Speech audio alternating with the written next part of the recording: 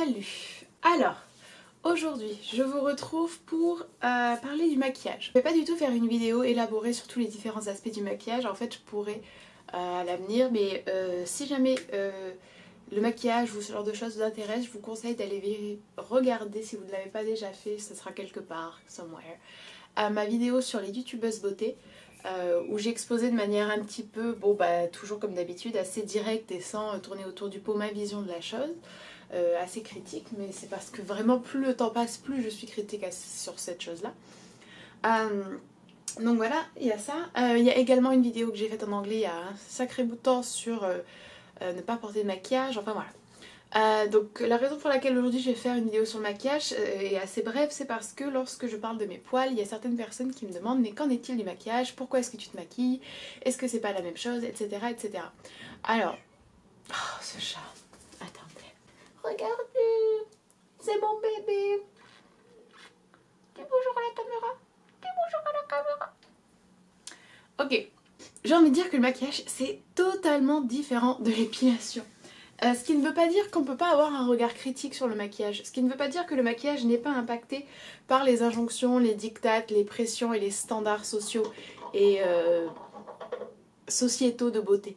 Ce qui ne veut pas dire qu'il n'y a pas une forme de sexisme dans le maquillage. Ce qui ne veut pas dire qu'il n'y a pas de discussion à avoir sur le maquillage.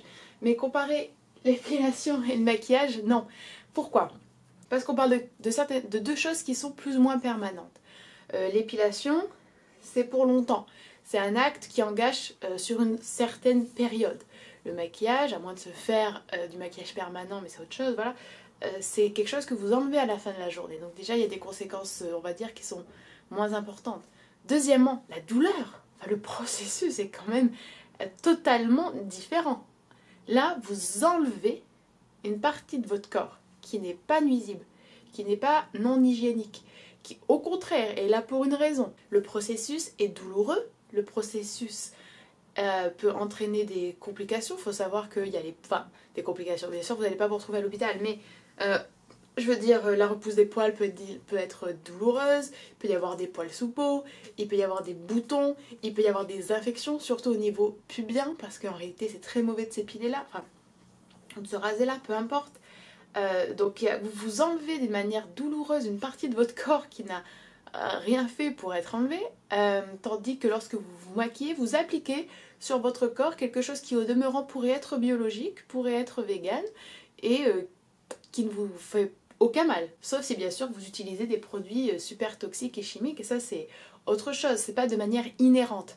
Je pense que la réelle distinction à faire, c'est que de manière inhérente, l'épilation est une violence faite au corps. C'est une violence faite au corps. Après vous allez me dire qu'il y a des choses qui sont de manière inhérente des violences faites au corps, comme le tatouage, comme les piercings ou comme certaines modifications corporelles, et je vous rejoins entièrement. Le point qui est essentiel à ne pas oublier là, c'est que les modifications corporelles ne sont pas du tout des normes sociétales, ne sont pas du tout des impératifs. Au contraire, c'est plutôt des choses qui vont vous défavoriser lors de recherche d'emploi ou qui vont vous ostraciser d'une certaine manière. Parce qu'il y a une différence entre avoir 2-3 petits tatouages comme tout le monde a maintenant et être plutôt tatoué et avoir des piercings et avoir d'autres modifications corporelles comme des scarifications, des langues coupées en deux, des lobes stretchés, etc. Donc c'est vraiment très très différent. Troisième chose, le maquillage, ça peut être utilisé au contraire, comme un moyen de s'exprimer, comme un moyen de refuser les normes. On n'est pas tous obligés quand on se maquille de mettre du fond de teint, de se refaire des lèvres plus pulpeuses et de mettre des faux cils ou de mettre des extensions de cils. On peut aussi décider de mettre des faux cils avec des plumes, on peut aussi décider de mettre du bleu et du rose sur nos lèvres, on peut aussi décider de juste renforcer certains traits que l'on aime et de ne pas le faire le lendemain. C'est une expression qui est vraiment différente. Après voilà, je pense que j'ai un rapport différent au maquillage parce que si vous me suivez depuis longtemps, mais je doute que certains, surtout en français, le fassent, je me suis jamais vraiment maquillée. Enfin maintenant je me maquille comment ? Je me maquille juste pour voilà mettre un peu de masque quand je me maquille, parce que je me maquille pas tout le temps. En général c'est un peu de mascara, un peu d'ombre à paupières, voilà. Et si vraiment d'un coup je me sens que j'ai envie de pimenter le truc, je mets du rouge à lèvres. Je mets jamais de fond de teint, je mets jamais de concealer, je mets jamais de highlighter, je contourne pas mon nez, des trucs comme ça. Enfin, Voilà, mais avant quand je me maquillais beaucoup, mon maquillage c'était pas du tout un maquillage traditionnel ou conventionnel. Je me maquillais, enfin je pourrais peut-être retrouver des photos et vous les insérer, mais c'était pas fait pour passer inaperçu ou autre. Au contraire, quand j'étais au lycée, on m'a renvoyé chez moi plein de fois parce que c'était pas conforme au règlement de mon lycée catho et privé. Euh, Enfin, dans la rue, il y a des gens qui venaient m'aborder pour me dire, des vieilles souvent, que j'étais super jolie, mais que je serais encore plus jolie si j'avais un look plus traditionnel. Enfin, voilà, vous voyez, c'est vraiment pas la même chose. L'épilation, c'est une violence, une douleur faite aux femmes et personne n'a envie de se le faire, faut arrêter le délire. Sauf des gens très spécifiquement qui détestent les poils et qui veulent être imberbes. Le problème, c'est que quand on est une femme, et c'est ça que j'ai envie de dire, le truc, c'est qu'il faut pas forcément tout remettre en cause, il faut pas forcément... euh, comment dire, il faut juste, au minimum, faut arrêter l'hypocrisie, il faut accepter de s'avouer que tout ce qu'on fait est plus ou moins conditionné par la société. Il faut pas être dans une illusion au point de se dire je suis tellement indépendant, mon esprit est tellement critique et je suis tellement original et unique ou je ne sais quoi que oui, ah bah c'est bizarre, hein, je fais tout comme tout le monde mais c'est vraiment mon choix. J'enlève tous mes poils mais c'est vraiment mon choix. Je déteste les poils sur les femmes, mais sur les hommes ça me gêne pas trop, mais c'est vraiment mon choix. Et puis j'aime pas trop les gros, mais c'est vraiment mon choix. Et puis je trouve que ça c'est pas féminin, tout le monde trouve que ça c'est pas féminin, mais c'est vraiment mon choix. Au bout d'un moment, il faut admettre qu'on est des êtres sociaux, on est des êtres de groupe, et qu'on vit dans une société à l'heure actuelle qui est extrêmement influente de par tout simplement sa nature, je pense, mais également et surtout parce que dans ce monde capitaliste, ce qu'il faut faire, c'est nous faire acheter. Donc forcément, le plus de clients vous avez, le mieux vous vous portez. Et pour avoir le plus de clients, il faut pas créer les mêmes désirs chez tout le monde. Et il faut que les femmes, et ça j'en suis convaincue, il faut que les femmes soient distraites du fait qu'elles ont pas les mêmes droits, pas la même valeur, pas la même place dans la société. Par quoi? Par d'autres soucis qui les occuperont bien elles, mais elles nous laisseront tout le temps, nous autres personnes, de faire ce qu'on veut. Hommes, enfin je sais pas pourquoi je dis nous, parce que je suis pas dans ce groupe évidemment. Donc il faut qu'elles soient persuadées que leur corps n'est pas assez bien, que leur peau n'est pas assez douce, que leurs poils ne sont pas beaux, que leurs cheveux méritent encore une autre couleur, qu'il faut qu'elles trouvent une autre manière de se maquiller, qu'il faut qu'elles apprennent à marcher avec des... Voilà, c'est vraiment ça. Et du coup, oui, le maquillage, selon comment on le vit, et je vais finir sur ça, c'est sûr que c'est une contrainte sociale. Si vous ne pouvez pas sortir sans maquillage, si vous ne voulez pas que vos collègues vous voient sans maquillage, que votre potentiel intérêt amoureux vous voit sans maquillage, oui, il y a un problème. Pas un problème dans le sens, moi ça change rien à ma vie, un problème pour vous. Un problème pour vous. Parce que c'est dommage de ne pas se sentir bien avec sa tête. Vous savez, il y a tant de gens dans le monde qui ne se maquillent pas.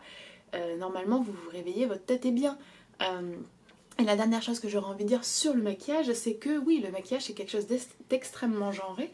Et c'est en ça peut-être que réside la deuxième plus grosse, du coup, le deuxième aspect le plus problématique. Le premier, c'est évidemment que les femmes, on leur impose quand même de le porter d'une certaine manière. Et le deuxième, c'est que les hommes qui le portent, par contre, eux, sont extrêmement mal vus et voilà, c'est pas du tout accepté, donc c'est ridicule. C'est plutôt sur ça qu'il faut se concentrer. Je pense pas que le maquillage de manière inhérente soit quelque chose de négatif, c'est juste la manière dont on l'utilise. Et la contre, l'épilation, je suis désolée, à l'heure actuelle dans notre société, c'est de manière inhérente une violence qui ne naît que d'esthétique, d'impératifs esthétiques arbitraires et extrêmement sexistes, et en plus, c'est absolument pas positif quoi, pour le corps. Et puis il y a toute une implication de sexualisation derrière, et de shame sur le corps féminin adulte, donc de honte, de shame, je sais pas pourquoi je dis ça. Donc voilà, pour moi c'est vraiment deux choses qui sont extrêmement différentes. Et juste pour vous montrer à quel point j'en ai rien à faire, vous voyez, ça c'est ma petite tête sans maquillage. Vous m'avez souvent vu sans maquillage, vous m'avez vu sortir de la douche, vous m'avez vu avec des boutons, enfin, je suis détendue quoi. Vous savez, je suis vraiment détendue vis-à-vis de ça parce qu'au final quoi? Enfin, au final quoi? Est-ce que mon but dans la vie, est-ce que la chose pour laquelle je suis venue sur Terre, c'est pour être belle? Et belle, qu'est-ce que ça veut dire? Et est-ce que je suis belle si tout le monde me trouve belle, ou est-ce que je suis belle si je corresponds à mon idée de la beauté? Enfin, oui, c'est... Au bout d'un moment, moi j'ai envie plutôt de me concentrer sur être utile, sur être intelligente, sur être sympathique. Et tout ça, pour moi, ça forme une certaine beauté. Et je suis pas en train de dire que je n'accorde aucune importance à la beauté, parce que si ça c'est quelque chose qui revient, j'adore les belles choses, j'adore l'art, j'adore la littérature. Quand je vois quelqu'un qui me semble beau, je suis la première à remarquer, à me dire voilà, cette personne est belle. J'adore les choses belles. C'est pas du tout ça. Le problème, c'est que vraiment être belle, ça veut pas dire être maquillée comme on vous l'a expliqué dans Elle ou dans je sais pas quel magazine, et être imberbe et porter une mini-jupe et des talons. Voilà, non, tu vois. Et peut-être ça peut l'être, mais c'est pas le cas pour tout le monde. Loin de là. Donc c'est ça qu'il faut arrêter de penser. Au contraire, je pense que les gens qui ne peuvent voir la beauté que sous les formes qu'on leur autorise, bah c'est ces gens-là qui ne savent pas réellement apprécier la beauté. Voilà, ça sera tout pour cette vidéo. J'espère que vous l'aurez trouvée intéressante et je vous dis à la prochaine. Bye bye!